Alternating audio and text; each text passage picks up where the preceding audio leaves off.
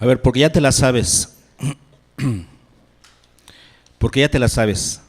¿Sabías que existen 2 libros de la Biblia en donde no se menciona absolutamente para nada el nombre de Dios?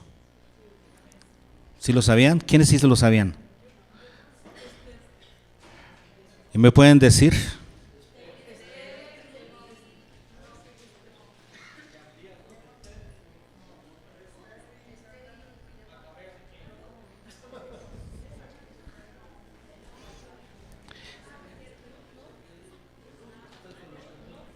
Esther y Cantares. Y son 2 libros que estuvieron muy cuestionados para entrar dentro del canon. Bueno, ya estaban en el canon y los quisieron sacar. Uno de esos personajes que pugnaron por retirar esos libros porque no aparecía el nombre de Dios. Además por el tema de Cantares, ¿no? Por ejemplo, Martín Lutero, Martín Lutero fue uno de los que dijeron, no, estos libros no deben estar en el canon bíblico. No le entendían el sentido a los libros, pero son libros inspirados por Dios. Son libros en los que no aparece el nombre de Dios. Hoy vamos a platicar del libro de Esther, un libro que relata los acontecimientos que tuvieron lugar en la época entre el primer regreso de los judíos del cautiverio y el segundo regreso. Estamos hablando de acontecimientos que sucedieron en Babilonia, pero cuando ya no gobernaba Babilonia. Estamos en la época en la que el imperio medo-persa había conquistado Babilonia, y todo lo que le pertenecía a Babilonia quedó en las manos de los medo-persas. ¿Por qué medo-persas? Pues son 2 pueblos, los medos y los persas constituyeron lo que se llamó el imperio medo-persa. Y la historia nos relata que el principal conquistador del imperio medo-persa fue Ciro. Ciro fue el gran conquistador. Sin embargo, el primer emperador que estuvo a cargo cuando conquistaron Babilonia y se establecieron en Babilonia ya como imperio, el primer emperador fue un medo. Algunos dicen que era la estrategia de Ciro, que él era el más grande del imperio medo-persa y él se dedicaba más a conquistar. Y entonces dejó a un medo gobernando, aunque no tenía tanta fuerza y poder como la tenía Ciro el persa, porque Ciro era persa. Y tenemos a Darío, si ustedes han leído Daniel, tenemos a Darío el medo, ¿no? que gobernaba en esta época. Entonces estamos en esa época, en la época en la que el imperio medo-persa conquista a los babilonios. Y en esta época es cuando se da la historia de Esther.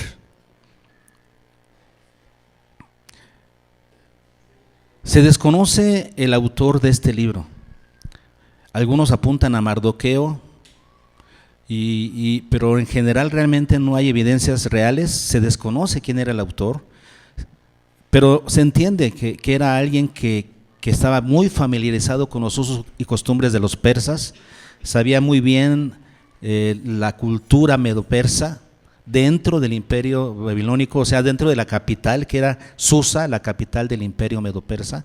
Conocía los usos y costumbres, tanto que los explica muy bien, explica muchos usos y costumbres, como diciendo, bueno, para que los que lean después, ¿no? en épocas posteriores, puedan entender lo que sucedía en aquella época. Pero no se sabe exactamente quién fue el autor de este libro. Pero ciertamente es un libro en el que no se menciona el nombre de Dios.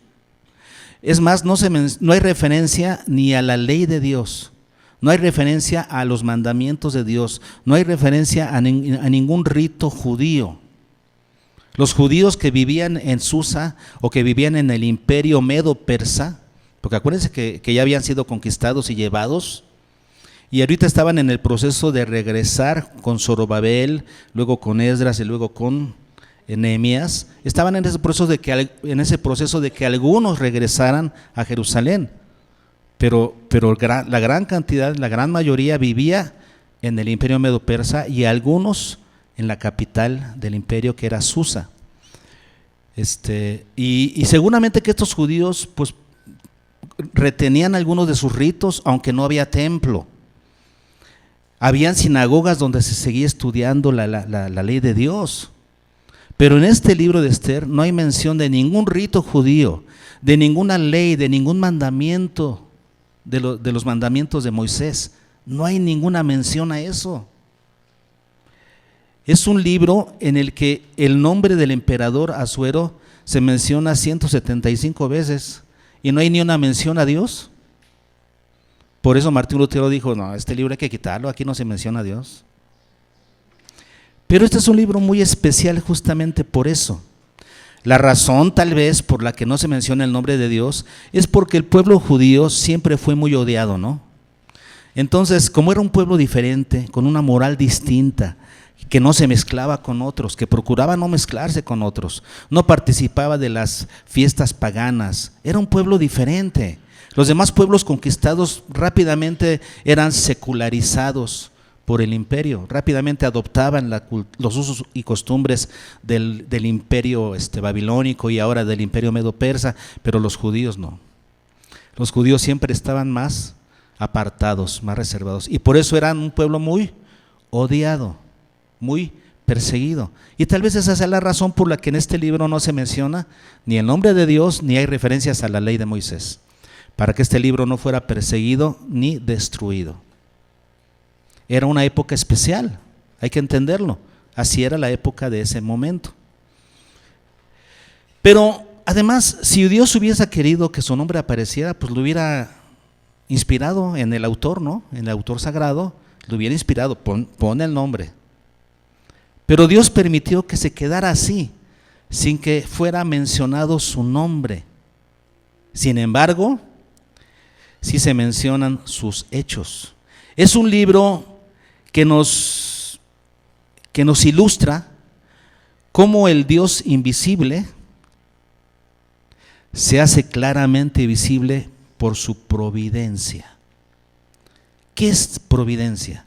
¿A qué nos referimos con la providencia de Dios? Que es una palabra tan coloquial, ¿no? Tan usada en nuestro medio, aunque no es una palabra bíblica, pero es una palabra muy usada en el medio, la providencia de Dios. ¿A qué nos referimos con la providencia de Dios? A la ayuda, a la provisión de Dios en todos los sentidos. La providencia se refiere al cuidado soberano de Dios que Él practica sobre su creación, significando que nada sucede sin su consentimiento y todo acontece de acuerdo a sus propósitos y voluntad. Eso significa la providencia de Dios. Él tiene cuidado de su pueblo para proveerlos, para protegerlos, para darles todo lo que necesitan. Y su providencia no solamente es para su iglesia, porque la providencia de Dios alcanza aún a los que no conocen a Dios. ¿Qué dice la Escritura? El sol sale sobre buenos y malos, sobre justos e injustos. Y Dios le da alimento a todos. Su providencia nos cuida a todos, pero de una manera especial a los que son sus hijos, a su pueblo. Entonces la providencia de Dios se refiere al cuidado que Dios pone sobre su pueblo, significando, repito, que nada sucede sin su consentimiento. A Dios no se le escapa nada. Su providencia alcanza todos los aspectos de la vida. Nada sucede sin que Él lo consienta. Y todo lo que sucede en esta vida, todo lo que sucede en este mundo es de acuerdo a sus propósitos. Dios tiene el control. ¿Creemos eso? Porque Dios es soberano y poderoso, como lo acabamos de cantar. Entonces, eso es lo que nosotros creemos en relación a la... Y esa soberanía de Dios es muy clara en el libro de Esther. Si bien no aparece su nombre, sí se da a conocer Dios a través de su providencia en este libro. ¿Y qué les parece si lo repasamos para que repasamos la historia que está aquí relatada? En pocos minutos hacemos un relato de los acontecimientos del libro de Esther para que veamos la providencia de Dios ahí, en el libro de Esther. La providencia de Dios en Esther. Primero, entendiendo que nosotros no creemos en las casualidades. Dios y su providencia atienden todos los aspectos de la vida. Nada es por casualidad. ¿Hay qué coincidencia? No hay coincidencias. Es que Dios así lo planeó. Con Dios no hay casualidades. Dios planea las cosas y las hace. Entonces vamos a ver la providencia de Dios, que no son casualidades, ni son coincidencias, en el libro de Esther. ¿Sale? La historia comienza con Asuero. Si quieren seguir ahí, porque vamos a estar viendo de repente la Biblia, y si no, pues ya me siguen a mí, pero vamos a hacer un pequeño relato, un pequeño resumen. Si se me pasa algo ahí me dicen, porque ustedes se la saben, ¿no? Porque ya te la sabes, ustedes ya se saben la historia. Pero en los días de Asuero, dice aquí, Asuero, que también era llamado Jerjes en los libros de historia universal, se menciona como el Jerjes. Entonces, Asuero o Jerjes.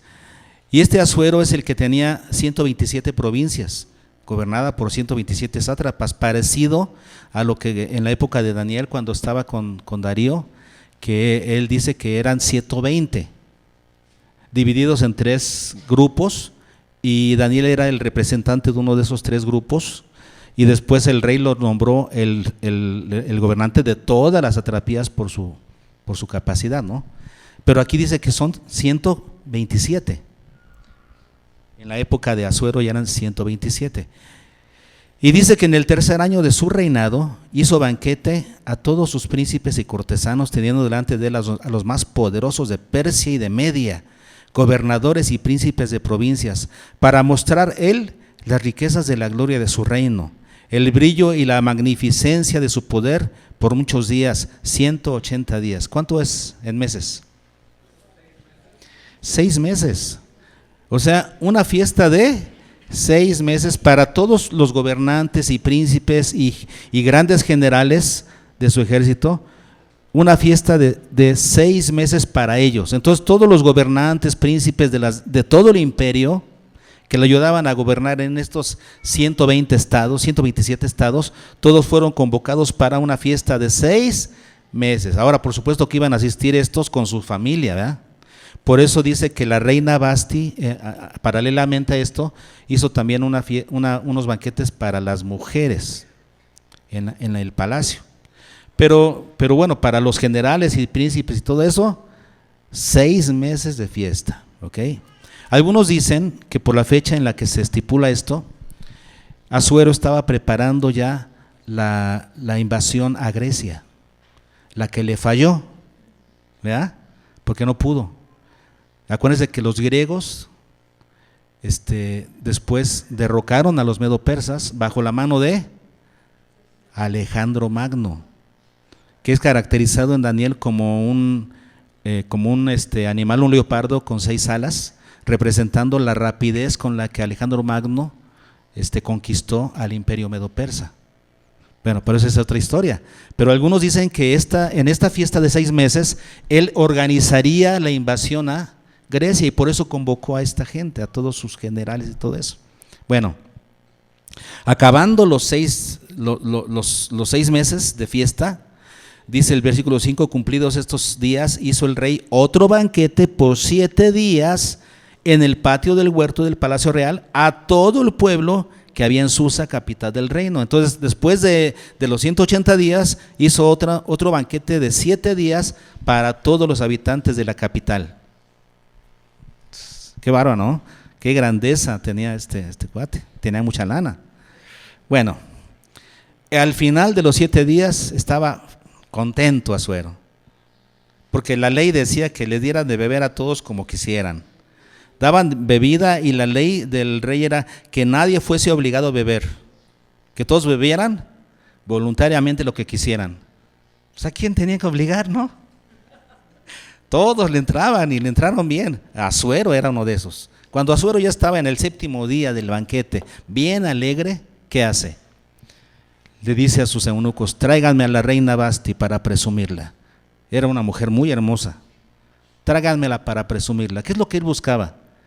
Que ella se vistiera con ropas sexys, como dicen hoy, y se presentara ahí para presumirla. ¿Y qué hizo Basti?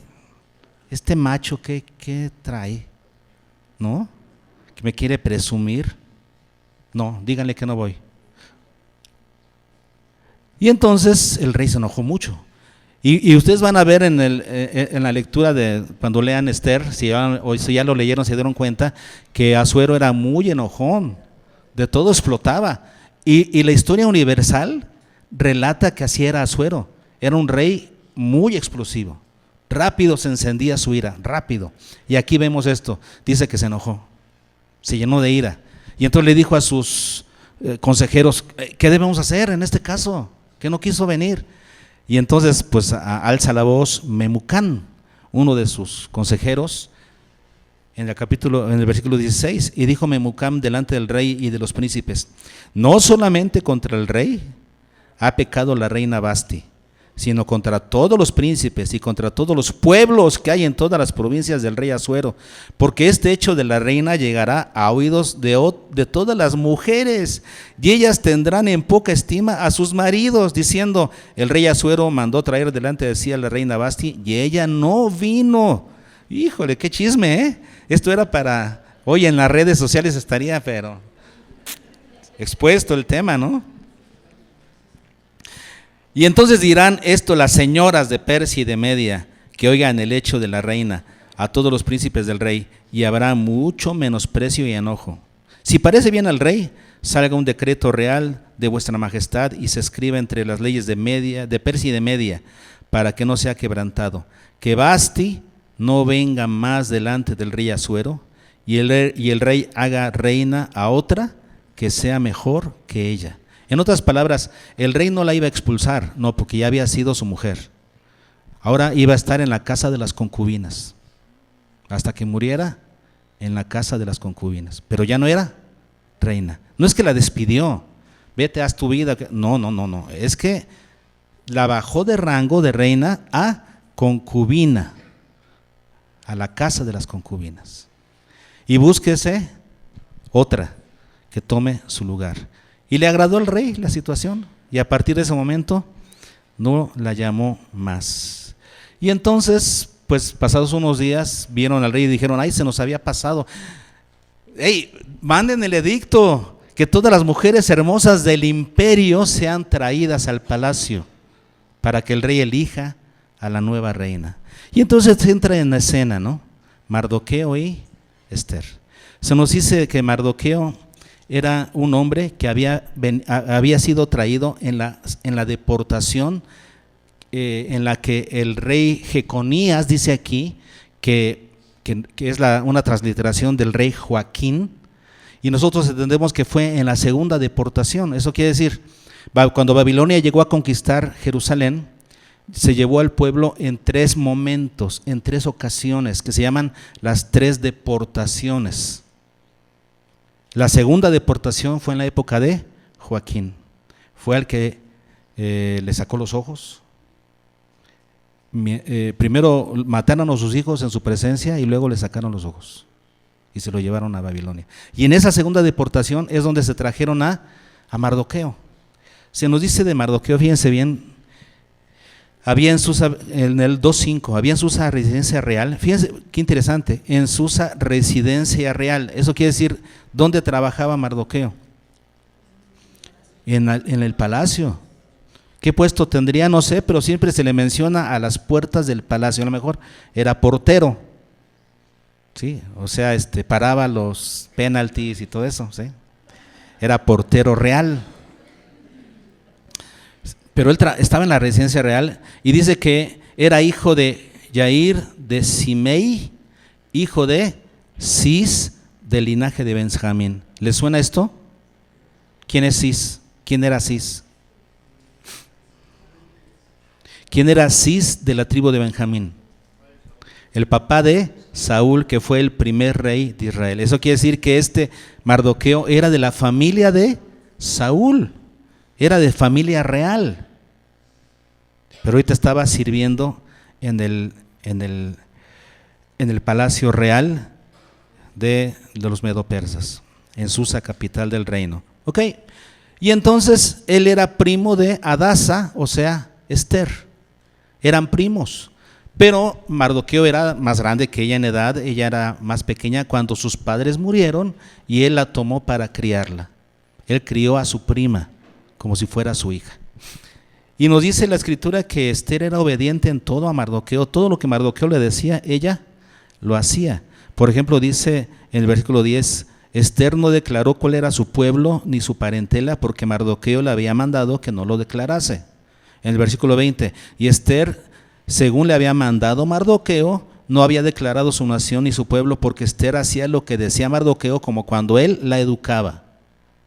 Era una mujer obediente. O sea, lo tomó como su autoridad, aunque eran primos, pero lo reconoció como su autoridad, y todo lo que él decía, ella lo obedecía. Y él le había dicho, no digas que eres judía, no es conveniente en nuestro medio. No es conveniente, no nos quieren. Así es que cuando ella fue elegida, porque era una mujer hermosa, una mujer de buena apariencia, dice que era una mujer de hermosa figura y buen parecer. Entonces era hermosa a la vista. La iban a escoger, la escogieron y la llevaron al palacio, y él le dijo, no digas de qué pueblo eres, para que no haya ningún problema. Y así fue llevada al palacio junto con todas las demás mujeres, y las tenían un año antes de ver al rey. Fíjense el procedimiento, un año antes de ver al rey las tenían que tener en procesos de belleza, de depilación, de ¿cómo se llama? De ponerlas con perfumes aromáticos. 6 meses era un proceso, 6 meses. Deja ver si lo encuentro eso, porque está, sí, aquí está, versículo 12. Y cuando llegaba el tiempo, en el 2:12, ¿sí? Cuando llegaba el tiempo, cada una de las doncellas para venir al rey Asuero, después de haber estado 12 meses, conforme a la ley acerca de las mujeres, pues así se cumplía el tiempo de sus atavíos, esto es, 6 meses con óleo de mirra y 6 meses con perfumes aromáticos y afeites de mujeres. Desde aquella época ya había depilación, no había láser, pero ya había depilación. Fíjense, un año en preparación para después poder ir a ver al rey. Cuando le tocó a ella, porque a las mujeres se les daba libertad de que ellas se adornaran como quisieran para entrar a ver al rey. Entonces había mujeres que se ponían estrafalarias y con su peinadote y se pintaban lo que quisieran. ¿Cómo te quieres arreglar? Aquí tienes pelucas, ponte lo que quieras. Y Esther, ¿saben qué hizo? Se puso y se adornó solamente de acuerdo al consejo que le dio el eunuco que estaba a cargo de ellas. Él le dijo, ponte así, y ella hizo lo que él, qué humildad de ella, ¿no? Se adornó solamente conforme a lo que le aconsejó el eunuco. Se presentó delante del rey y halló gracia ante los ojos del rey. Esto no es cualquier cosa. El rey dijo, esta es, y le puso la corona real. Impresionante la historia. Después sucede un paréntesis en la historia. Sucede que Mardoqueo, que estaba a las puertas, dice el versículo 19, estaba sentado a la puerta del rey y haciendo sus funciones, versículo 21, en aquellos días estaba Mardoqueo sentado a la puerta del rey. Qué curioso que estaba en el lugar preciso, a la hora indicada. ¿Para qué? Para ser testigo de cuando Bigtán y Teres tramaron una conspiración contra el rey. Dice que estos dos personajes se enojaron contra el rey por algo. Es raro que todo el mundo esté contento con un rey, ¿no? O con un patrón. Siempre van a haber personas en descontento. Y dice que estos dos personajes se enojaron contra el rey y querían hacerle daño, lo querían matar. Entonces Mardoqueo estaba ahí cerca, escuchó, se dio cuenta. ¿Y qué hizo? No, pues que se haga caro. Yo que voy a estar protegiendo a un rey pagano, ¿no? No, ¿qué hizo? Fue responsable y denunció esta situación. Se investigó el asunto, se vio que era real y a estos dos cuates los colgaron. Y entonces este hecho fue anotado en las crónicas del rey. Había qué interesante, ¿no? Que los reyes de esa época tuvieran esta costumbre, y sobre todo Asuero, que todo lo que sucediera fuera anotado en un libro, las crónicas del rey, que nada se escapara. Si alguien hacía algo a favor del rey, tenía que ser recompensado, porque estaba en juego la fama del rey. Él tenía que ser reconocido como alguien que recompensaba. Por eso hizo ese banquete de 6 meses y luego 7 días para todos los habitantes de la capital, con vino gratis, con bebidas gratis para todos, que comieran lo que quisieran. ¿Se dan cuenta de qué tipo de rey era? Por eso cualquier cosa que alguien hacía tenía que ser escrito en las crónicas del rey. Qué interesante, ¿no? Eso sucedió. Después aparece en escena Amán. Amán, que nos menciona aquí en el capítulo 3, que Amán era hijo de Amedata, Agageo. Era un Agageo. Esto nos da mucha luz para saber por qué Amán comenzó a odiar a Mardoqueo con esa magnitud. Porque era Agageo. ¿Les queda claro? Se los explico. Cuando Saúl era rey, y acuérdense que Mardoqueo era descendiente de la familia de Saúl, o sea, descendiente de Cis, que era el papá, era, diríamos, porque Simeí, que era el papá del papá de Mardoqueo, era hermano, ¿no? Porque era hermano de Saúl. O sea, era de la familia real, pues. Okay. Entonces, este era Agageo. ¿Se acuerdan ustedes en la historia de Saúl?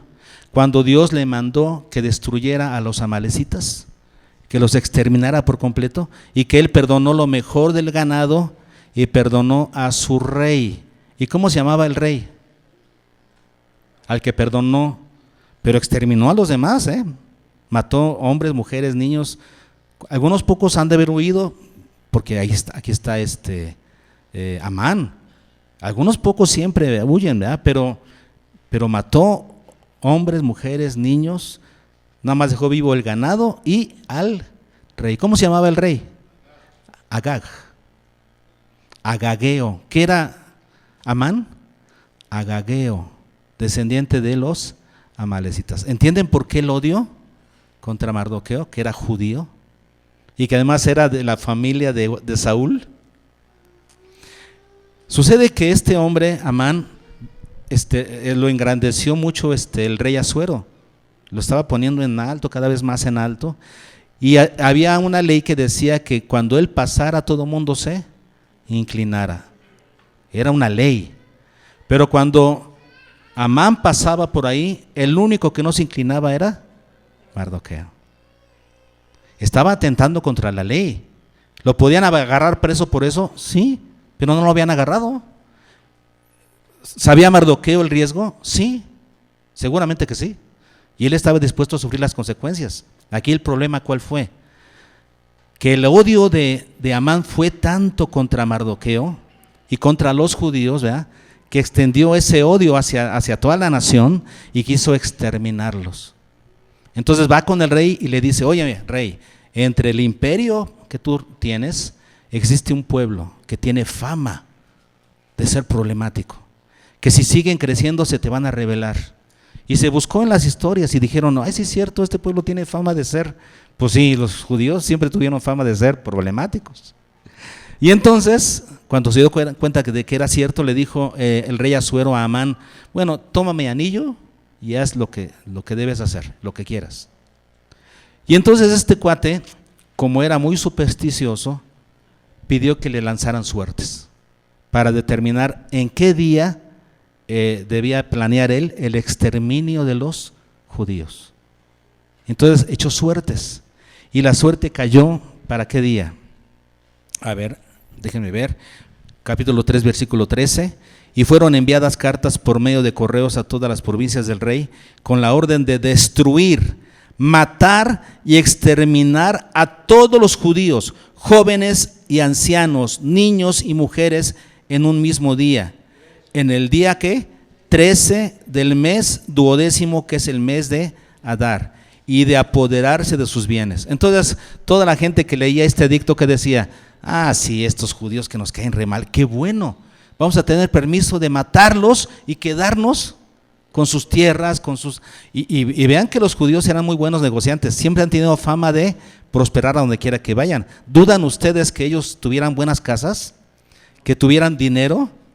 Ellos tenían dinero y propiedades.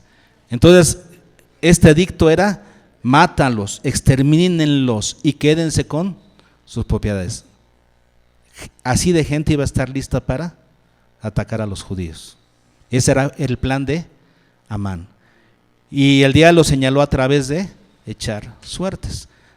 Y la suerte cayó unos meses después, no tan cercana a la fecha. Esto dio oportunidad para que pues, el pueblo de Israel pudiera defenderse. Entonces, cuando el edicto se dio a conocer, Mardoqueo lo supo. ¿Qué hizo? Se fue a donde él estaba siempre, a las puertas del palacio, y rompió sus vestidos y se echó ceniza. Y ahí estaba postrado. Y las doncellas que servían a Esther le dijeron: oye, allá está tu primo, mira, y está dando un espectáculo. Y entonces va y envía a un eunuco suyo: ve a ver qué pasa. Y va el eunuco y le pregunta, y Mardoqueo le dice todo eso. El eunuco regresa y le comenta todo el asunto. Y le dice que hagas algo, que te presentes ante el rey. Y ella le manda a decir a Mardoqueo: no, es que tú sabes la ley. Si no eres llamada a la presencia del rey y el rey no te extiende su cetro, entonces, cuello, te mandan a la muerte. Y yo no he sido llamada por 30 días. En 30 días no he visto al rey. Y entonces Mardoqueo, que era un hombre de valor, le dice: vean, vamos a leer las palabras, ¿no? Porque eso sí vale la pena leerlo.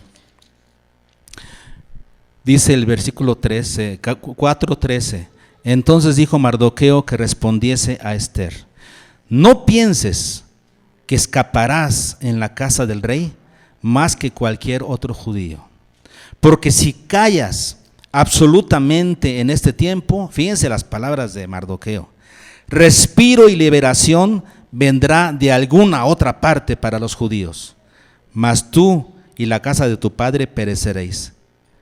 Y quién sabe si para esta hora has llegado el reino. Esa es una pregunta retórica. ¿Qué le está diciendo? Para esta hora has llegado el reino. Para esto justamente llegaste al reino. Entonces, cuando Esther escuchó esas palabras, se conmovió y dijo: es verdad, para eso estoy aquí. Ayunen por mí 3 días y me voy a presentar al rey. Y si perezco, que perezca. Qué historia tan bonita, ¿no? Y entonces sucede eso. El pueblo estuvo ayunando por ella, y sucede que se presentó delante del rey. ¿Y el rey qué hizo? Le extendió su cetro. ¿Qué quieres, reina Esther? ¿Qué quieres? Aún la mitad del reino te daré si me lo pides. ¿Qué necesitas? Y ella le dice: quiero invitarte a un banquete a ti y a Amán. Concédeme eso. Tráiganle a Amán. Díganle que venga, que la reina Esther nos está invitando a comer. Y lo traen y les da de comer la reina Esther. Y en el banquete le pregunta a Suero: ¿qué pides, reina Esther? Aún la mitad del reino te daré. Mira, tenme paciencia, rey. Dame chance de invitarte a otro banquete. Mañana. Y mañana te lo digo. Mañana otro banquete para ti y para Amán. ¿Por qué no se lo dijo en ese momento? ¿Qué cosas? ¿Es una coincidencia? ¿Era el plan de Dios?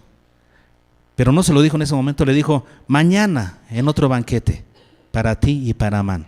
¿Cómo salió de ese primer banquete Amán? Salió sintiéndose grande. Ya no solamente tengo el favor del rey, también tengo el favor de la reina. Y salió pero grande el cuate, y todo el mundo lo reverenciaba. Y cuando iba saliendo del palacio y se encuentra otra vez a Mardoqueo, hizo coraje, le dolió la panza, se sintió mal. Llegó a su casa diciéndole a su familia: miren, ya tengo el favor del rey, y yo hasta la reina me invitó a un banquete, pero nada más veo a ese cuate ahí, nada más veo a Mardoqueo, me arde la panza, no sé qué hacer. Y su esposa Zeres le dice: tienes poder, tienes el favor del rey, dile al rey que hiciste una horca de 25 metros, de 20 metros, más de 20 metros, para colgar a Mardoqueo.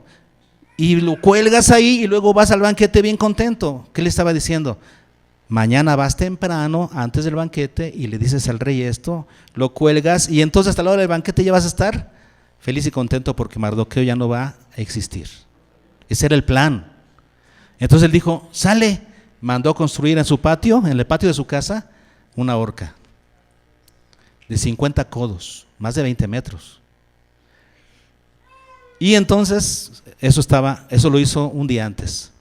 ¿Qué sucede esa misma noche? Esa misma noche el rey Asuero no podía dormir, se le fue el sueño. Por más que se voltea para un lado y se voltea para otro. ¿Cuántos han sufrido ese tipo de insomnio? Que por más que quieres no te concentras y por más que quieres pensar y a veces traigo una canción en mente, una canción nueva que estoy poniendo en el grupo y nada más pienso en los arreglos y no me puedo dormir. ¿Qué le pasaba por la mente al rey? El caso es que no podía dormir. ¿Y qué hace? Levanta a todo mundo a su alrededor.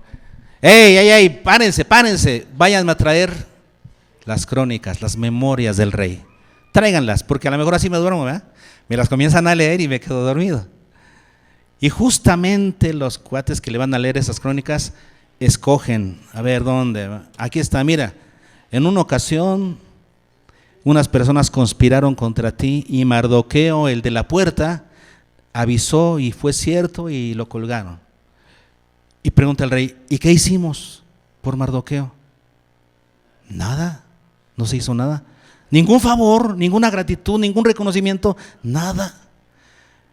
Habían pasado varios minutos o varias horas desde que el rey no pudo dormir hasta que le trajeron las crónicas y se las leyeron y él estaba preguntando eso, que ya había amanecido. Y ya venía Amán, bien confiado, a decirle al rey que había construido una horca para ese judío, Mardoqueo. Y el rey escucha ruido y dice, ¿quién está por ahí? Escucho ruido, ¿quién llegó? Amán, ven Amán, tráiganlo. Oye Amán, ¿qué es lo que harías por aquella persona a la que el rey quiere honrar? ¿Qué se tendría que hacer con esa persona? Y Amán dice, pensó para sí, ¿a quién quiere honrar el rey? Si no, a mí. Seguramente a mí. Bueno, que se le ponga el anillo real, que se le ponga vestimenta real, zapatos reales. O sea, de esa marca, es esa marca. Y que monte el caballo del rey. Y que una persona de rango alto dentro del imperio vaya dirigiendo al caballo, ¿verdad? Y gritando, así es como el rey honra a quienes él quiere honrar. Así hace con quienes él quiere honrar. Y le dice el rey, pues pronto, ve y haz eso con Mardoqueo. Y ahí va el otro, vistiendo a Mardoqueo, poniéndole el anillo real, subiéndolo al caballo y gritando por toda la capital, así hace el rey con los que quiere honrar. Llega y deja a Mardoqueo y él se va a su casa todo apesadumbrado y le relata a su familia lo que pasó y su esposa le dice, si ya comenzaste a caer en manos de los judíos, tu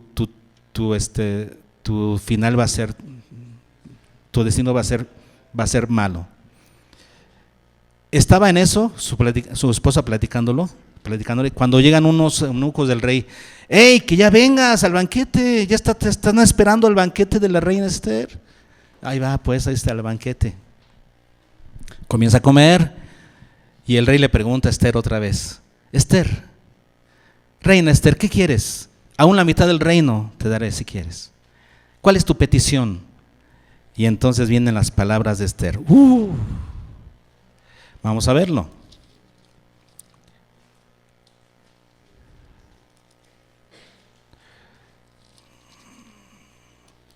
En el capítulo 7,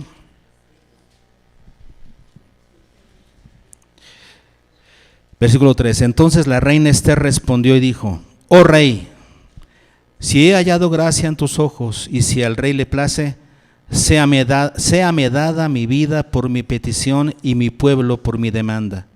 Porque hemos sido vendidos. ¿Se acuerdan que, bueno, eso no lo dijimos, pero Amán le ofreció un dinero al rey? Le dijo, mira, y yo voy a sumar esta cantidad a tu tesoro real.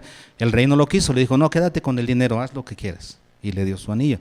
Pero ella dijo: hemos sido vendidos, yo y mi pueblo, para ser destruidos, para ser muertos y exterminados. Si para siervos y siervas fuéramos vendidos, me callaría. Fíjense, está eso, pero nuestra muerte sería para el rey un daño irreparable. Entonces el rey Asuero, respondió el rey Asuero y dijo a la reina Esther: ¿quién es y dónde está el que ha ensoberbecido su corazón para hacer esto? Y Esther dijo: el enemigo y adversario es este malvado Amán. ¿Y cómo se quedó Amán? Ah, caray, ¿qué? ¿Yo qué? ¿Qué? Es este. Y entonces el rey se levantó del banquete enojadísimo y salió al patio a reflexión. Imagínense cómo era el rey, era muy enojón, rápido se levantaba la ira. Y entonces salió al patio como a contar hasta 100 para calmarse, a ver qué debo hacer. Y en eso, mientras él se sale, Amán sabe que le va a ir mal y se reclina, se pone como, cae en el aposento donde estaba sentada Esther. Seguramente era un sillón, ¿no?, donde se reclinan o algo así, me imagino, porque él como que se cae, o sea, como que se postra encima del aposento de Esther, como para suplicarle a Esther: oye, no, viene contra mí el mal, me van a matar, por favor ten misericordia. Seguramente que estaba en eso cuando el rey regresa, justamente cuando él estaba ahí. Vean cómo lo dice la escritura, dice: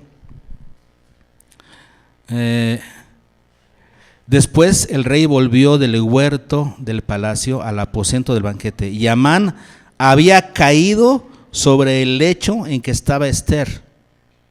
Había caído ahí. Y le dijo el rey: ¿querrás también violar a la reina en mi propia casa? Y entonces se encendió más su enojo, su ira, mucho más. Ya venía medio calmado y lo ve ahí. No, peor, se enciende su ira más.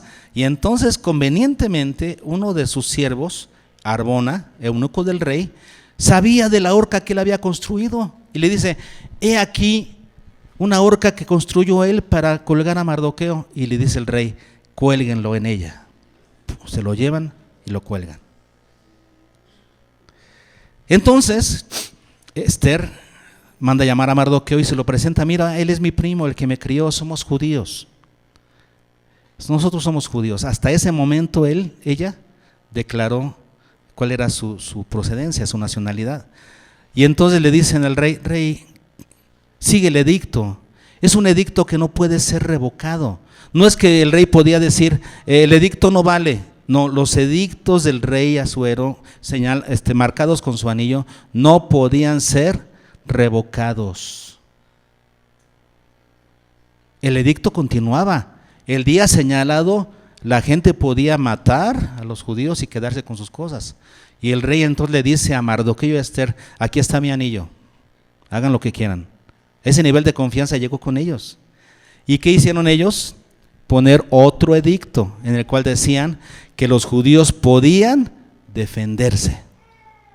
Podían defenderse.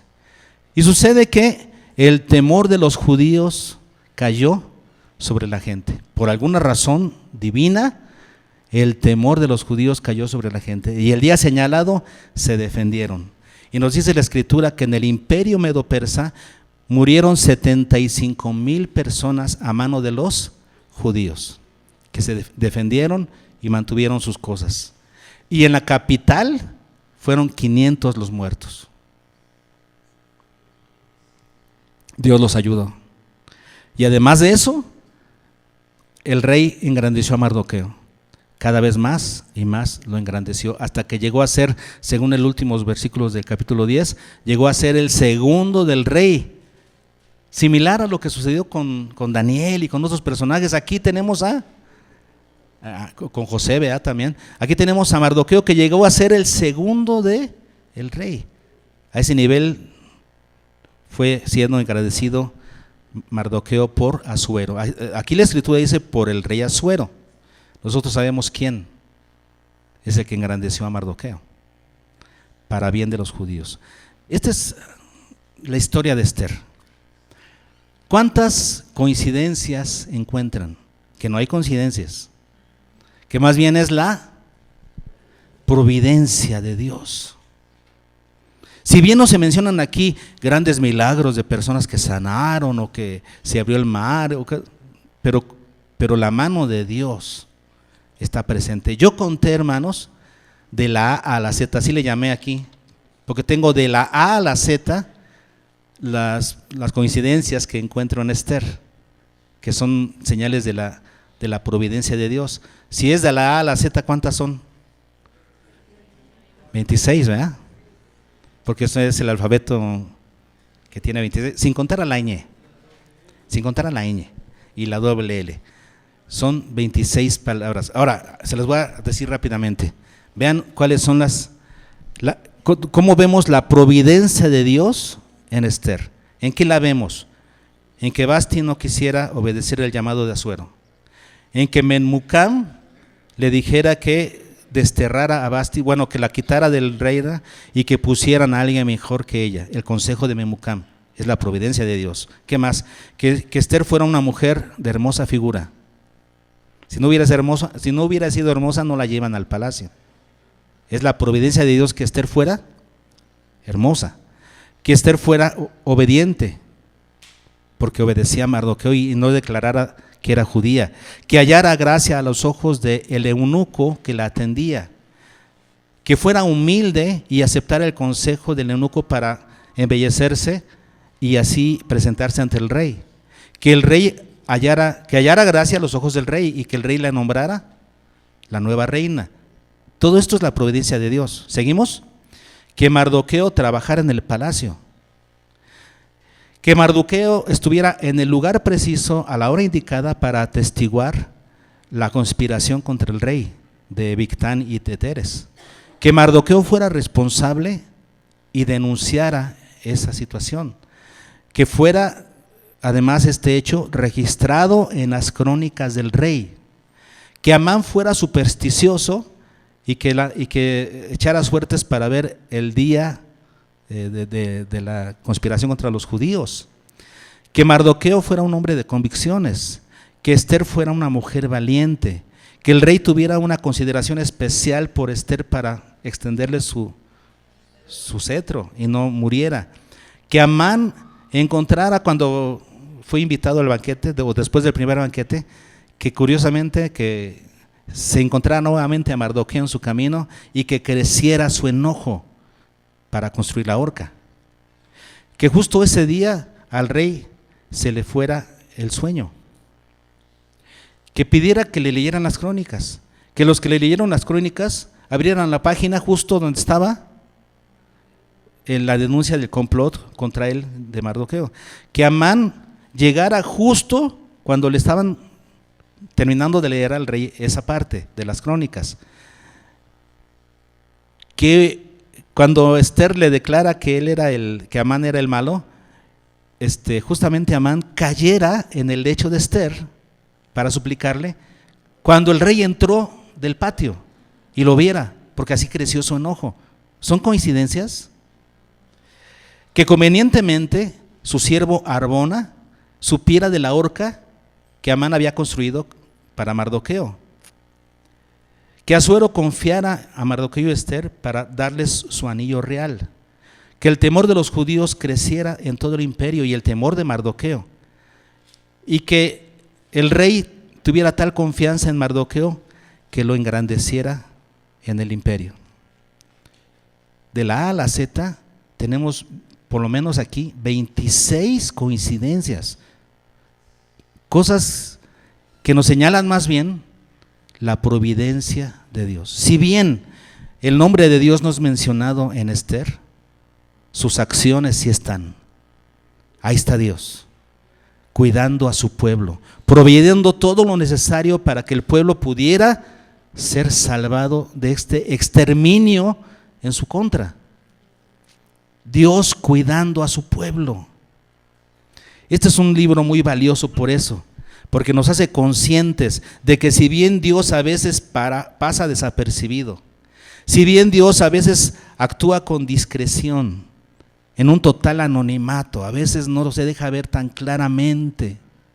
Sin embargo, sus acciones siempre están liderando los asuntos que sucedan a nuestro alrededor, cuidando cada aspecto de nuestra vida, porque no cae a tierra una cosa, una planta, una hoja, un cabello nuestro, si no es por la voluntad de Dios. Él es soberano y todo lo que sucede en esta vida está cuidado por Él. Está planeado cuidadosamente por su buena mano para nosotros.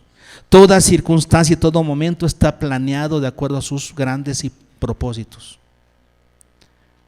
Tenemos que saber esto, porque conocemos qué clase de Dios que tenemos. Y saber esto nos va a ayudar a confiar en Él en las circunstancias difíciles. Cuando estemos pasando por momentos difíciles, no quejarnos tanto y aprender a confiar en un Dios que es poderoso, pero que además tiene cuidado de nosotros. ¿Pueden pasar los músicos, por favor? Tendríamos que ser conscientes, más conscientes como hijos de Dios, de sus acciones llenas de bondad para nosotros. Y cuando tú creas que ha sucedido algo que no está bien, que Dios se descuidó, no se descuidó. Él tiene planes que tú no sabes. Confía en el Señor, confía en Él. ¿Eres capaz de ver la mano de Dios en cada circunstancia de tu vida? Tenemos que aprender a descansar en su soberana providencia. ¿Están de acuerdo? No afanarnos, obtener expectativas equivocadas, queriendo que Dios haga nuestra voluntad. No te quedes ahí. Es que Dios no hizo lo que yo quería. No, es que Él hace lo que quiere y lo que hace, lo hace bien. Confía en su cuidado, confía en lo que Él hace. Póngase de pie y vamos a cantar.